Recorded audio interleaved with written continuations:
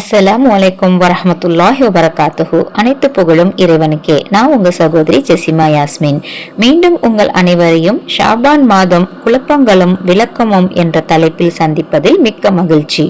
நாம் இதற்கு முந்தைய பதிவில் ஷாபான் மாதம் என்பது இஸ்லாத்தில் எவ்வளவு முக்கியமானது, அதில் நாம் வைக்கக்கூடிய சுன்னத்தான நோன்புகள் எவ்வளவு முக்கியத்துவம் வாய்ந்தது என்பதனை பார்த்தோம். மேலும் ரசூல் ஸல்லல்லாஹு அலைஹி வஸல்லம் அவர்கள் இத்தகைய நோன்புகளை எவ்வளவு ஆர்வமூட்டியுள்ளார்கள், வலியுறுத்தியுள்ளார்கள் என்பதனையும் பார்த்தோம்.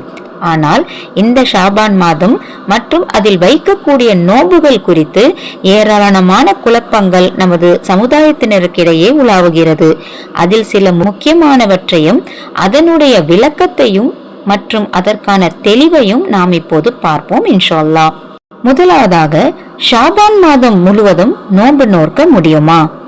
நபி ஸல்லல்லாஹு அலைஹி வஸல்லம் அவர்கள் ரமலான் மாதத்திற்கு பிறகு அதிகமான நோன்பு இந்த ஷாபான் மாதத்தில் தான் வைத்ததாகவும் அதுவும் முழு மாதமும் நோன்பு வைத்ததாகவும் வரக்கூடிய சில செய்திகள் இந்த குழப்பத்திற்கு காரணமாக இருக்கின்றது. மாதம் முழுக்க நோன்பு நோற்பது தடை செய்யப்பட்ட காரியமாகும். ஒருமுறை நபிகள் நாயகம் ஸல்லல்லாஹு அலைஹி வஸல்லம் அவர்கள் நோன்புகளை குறித்து சொல்லும் போது, ஒரு நாள் நோன்பு நோற்று ஒரு நாள் விட்டு விடுவீராக, அதுதான் தாவூத் நபியின் நோன்பாகும், நோன்புகளில் இதுவே சிறந்ததாகும் என்றார்கள். அப்போது என்னால் இதைவிட சிறப்பாக செய்ய முடியும் என்று அப்துல்லா பின் அம்ர் ரலியல்லாஹு அன்ஹு அவர்கள் கூறினார்கள். அதற்கு நபிகள் நாயகம் ஸல்லல்லாஹு அலைஹி வஸல்லம் அவர்கள் இதைவிட சிறந்தது எதுவும் இல்லை என்றார்கள். மேலும் ஆயிஷா ரலியல்லாஹு அன்ஹா அவர்கள் அறிவிக்கக்கூடிய மற்றொரு ஹதீஸில், ரமலானை தவிர வேறு எந்த மாதத்திலும் முழு மாதமும் நபி ஸல்லல்லாஹு அலைஹி வஸல்லம் அவர்கள் நோன்பு நோற்றதை நான் பார்த்ததில்லை, ஷாபான் மாதத்தில் தவிர வேறு எந்த மாதத்திலும் அதிகமாக அவர்கள் நோன்பு நோற்றதை நான் பார்த்ததில்லை என்று அறிவித்துள்ள ஒரு செய்தியும் நமக்கு காண கிடைக்கின்றது. அப்போது நபிகள் நாயகம் ஸல்லல்லாஹு அலைஹி வஸல்லம் அவர்கள் முழு மாதமும் நோன்பு நோற்றார்களா என்று வரக்கூடிய செய்தியின் நிலை என்ன?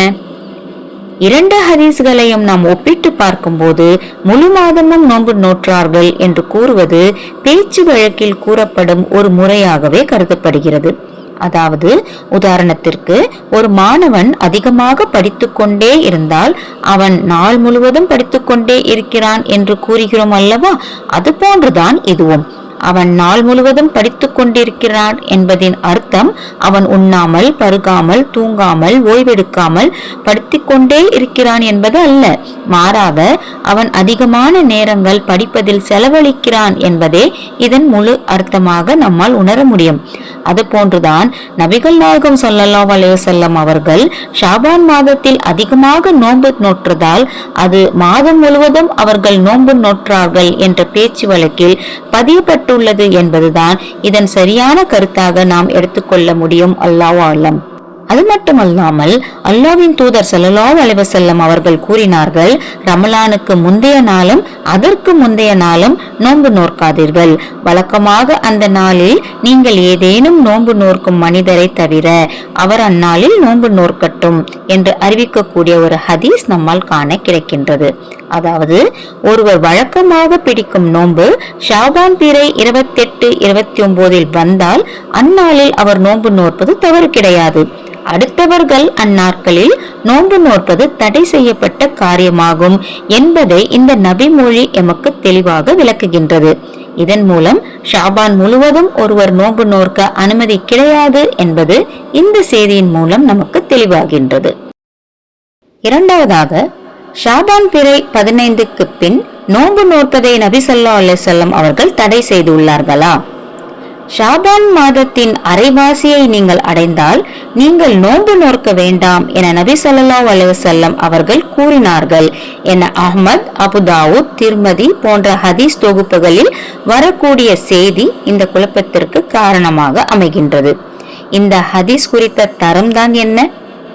இந்த ஹதீஸ் ஏற்றுக்கொள்ளப்பட முடியாத, மறுக்கப்பட வேண்டிய செய்தி என இமாம் அஹ்மத், இமாம் இப்னு ஹஸர், இமாம் இப்னு மாயின், இமாம் பைஹகி, இமாம் அப்துர் ரஹ்மான் பின் மாஹ்தி, அபு சுர்ஆர் அர் ராசி, இமாம் தஅவி, இமாம் இப்னு ரஜப் போன்ற பல ஹதீஸ் கலை வல்லுநர்கள் இதன் அறிவிப்பாளர் வரிசையை ஏற்றுக்கொள்ள முடியாத செய்தி என குறை கண்டு விமர்சனம் செய்துள்ளார்கள்.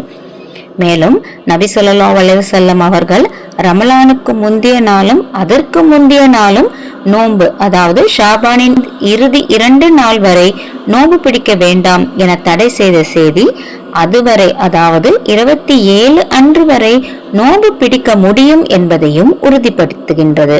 மேலும் நபி ஸல்லல்லாஹு அலைஹி வஸல்லம் அவர்கள் ஷாபான் மாதத்தில் அதிகம் நோன்பு நோற்றார்கள் என்ற பொதுவான செய்தி இந்த செய்திக்கு முரணாகவே உள்ளது.